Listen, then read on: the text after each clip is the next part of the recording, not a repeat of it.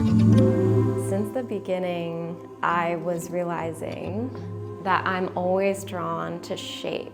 I got some antique books about the history of Ikebana, which is a Japanese style, and the emphasis is so much on shape.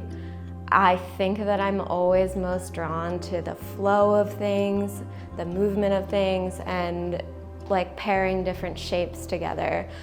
Flowers are a small part of a bigger system, and I think people understand this in a way with food and this like a local strawberry versus a strawberry you get at the grocery store in February when it's not in season. There's a different magic about it, and we can connect with it in a different way when it's truly local.